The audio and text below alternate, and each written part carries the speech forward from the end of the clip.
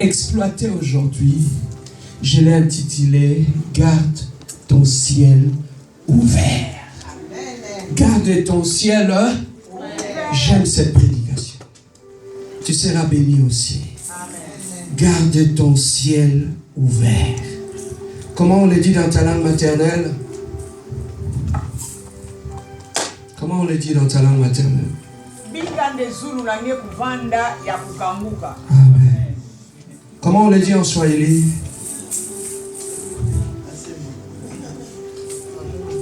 Comment on le dit en anglais? Keep your sky open. Open. Alléluia. Comment on le dit en lingala? Alléluia. Que Dieu soit béni. Rapidement, nous irons chercher notre premier texte dans le livre de 1 Thessaloniciens, chapitre 4. On commence par Ésaïe, oui. On commence d'abord Ésaïe 59, verset 2. Ésaïe 59, verset 2. Ésaïe 59, verset 2. Est-ce qu'on est tous là? Ésaïe 59. Ésaïe 59, verset 2. J'aimerais commencer par le verset 1 et ensuite finir par le verset 2. Je lis au nom de notre Seigneur Jésus-Christ. Mais non, la main de l'Éternel n'est pas trop courte pour sauver, et son oreille n'est pas sourde au point de ne plus vous entendre. 2. Ce sont vos fautes qui vous séparent de votre Dieu, car c'est à cause de vos péchés qu'il s'est détourné loin de vous, pour ne plus vous écouter. Amen. Amen. Rapidement, nous irons dans le Jean 10, 10. On bascule dans le Nouveau Testament, Jean chapitre 10, verset 10. Jean chapitre 10, verset 10. La Bible nous dit ainsi: le voleur ne vient que pour dérober, égorger et détruire. Moi, je suis venu afin que le brebis ait la vie et qu'elle soit dans l'abondance. Amen. Hein? Amen. Le voleur ne vient que pour faire quoi? Pour dérober. Ensuite, égorger et détruire. Mais le Fils de l'homme est venu pourquoi? Pour que ce bébé ait quoi? La vie en abondance. En abondance. Et quelle vie? La vie en abondance. Amen. Hein? Amen. J'aimerais qu'on puisse lire aussi 1 Thessaloniciens chapitre 4. 1 Thessaloniciens chapitre 4, verset 3. 1 Thessaloniciens chapitre 4, verset 3. La Bible nous dit ainsi: c'est que Dieu veut. Est-ce que nous pouvons tous le lire d'un commun accord? Ce que Dieu veut, c'est votre sanctification. C'est que vous appreniez de l'impudicité. De l'impudicité. Qu'est-ce que Dieu veut? Notre sanctification. Et qu'on s'abstienne de quoi? De l'impudicité. Pourquoi il a choisi seulement l'impudicité alors qu'il y a plusieurs péchés? Nous allons comprendre cela au travers de cette portion d'écriture. Éternel Dieu, parle-nous, instruis-nous. Nous voulons t'écouter. Laisse que le Saint-Esprit, qui est l'enseignant par excellence, puisse nous instruire, nous parler, nous enseigner.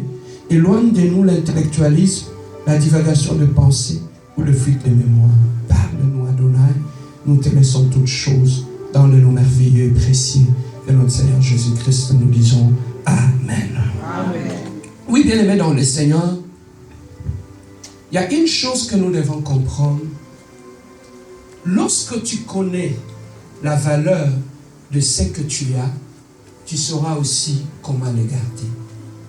Tout ce que nous avons comme bien dans notre vie, nous le gardons jalousement par rapport à la valeur que la chose représente.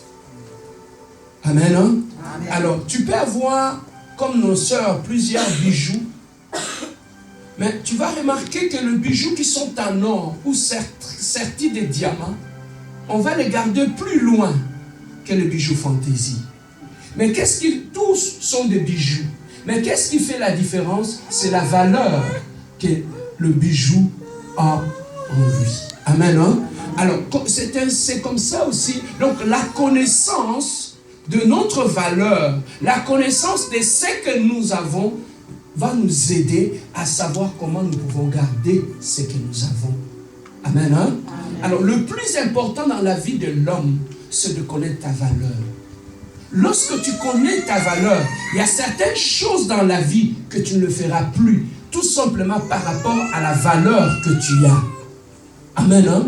Alors, beaucoup de choses que nous avions fait par le passé dans notre vie, nous l'avions fait par ignorance. Pourquoi? Parce qu'on ne connaissait pas notre valeur exacte.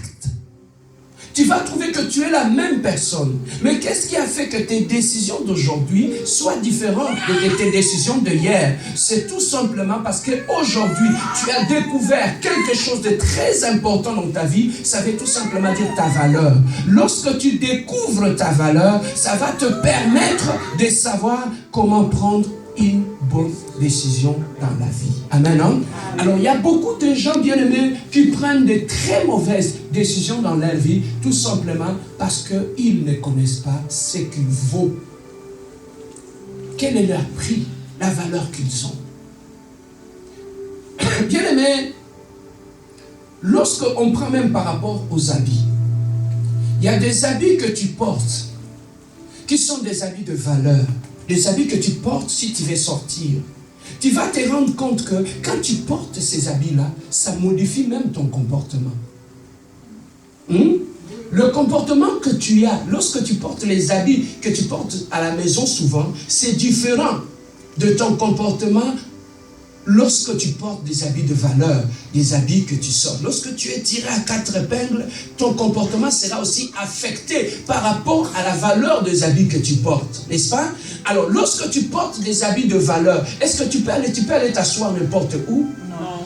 Mais qu'est-ce qui a affecté tes décisions? C'est la connaissance de la valeur de l'habit que tu portes. Mais quand tu portes les habits de la maison, tu peux t'asseoir partout.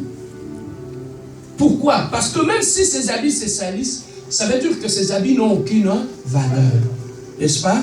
Alors, il est très important dans notre vie, en tant qu'enfant de Dieu, que nous puissions d'abord connaître notre valeur. Quelle est ta valeur? Quelle est ta valeur? Tu vas trouver même pour nos sœurs, le choix du conjoint, du partenaire dans ta vie, dépend de la connaissance de ta valeur. Lorsque tu sais qu'en tant que femme, ce que je vaux, ça va me permettre à savoir choisir avec qui je peux partager ma vie. Tu peux trouver une très belle femme, intelligente, mais lorsqu'elle ne connaît pas sa valeur, elle peut aussi sortir même avec Jacquemin, pas avec Ghislain. Tout simplement pourquoi? Parce que la femme ne connaît pas sa valeur. Mais tu vas trouver la même femme, lorsqu'elle vient à la compassion, lorsqu'elle apprend, elle découvre sa valeur. Lorsqu'elle regarde derrière, elle regrette même. Comme j'entendais une sœur qui me dit, pasteur, ce genre de prédication, pourquoi je ne l'avais pas entendu depuis longtemps? Parce que des fois, quand je regarde les ex que j'ai eu dans ma vie, je me pose la question si c'était réellement moi. L'ignorance dans la vie est une mauvaise chose. Lorsque tu ignores ta valeur, c'est ça qui fait que tu peux aller te vautrer dans la boue avec les cochons. Parce que tu ne connais pas ta valeur. Mais tu vas trouver que lorsque tu viens dans la présence de Dieu, tu reconnais ta valeur, ça modifie tes décisions et tes comportements. Lorsque tu connais ta valeur, ça peut même affecter le choix de tes amis. Tu les choisis par rapport à ta valeur. Aujourd'hui, tu fréquentes n'importe qui. Tu parles de n'importe quoi avec n'importe qui parce que tu ne connais pas ta valeur. Mais lorsque tu connais ta valeur, ça change même tes conversations au téléphone. La légèreté n'est plus dans tes conversations. Pourquoi? Parce que tu sais ce que tu vaux. Voilà pourquoi le plus important dans la vie d'un être humain, c'est de connaître ta valeur. Ce n'est pas seulement nos sœurs, même nous les hommes. Lorsque tu es un homme, tu connais ta valeur, tu tu n'épouses plus n'importe qui. La vie est subdivisée en classes sociales.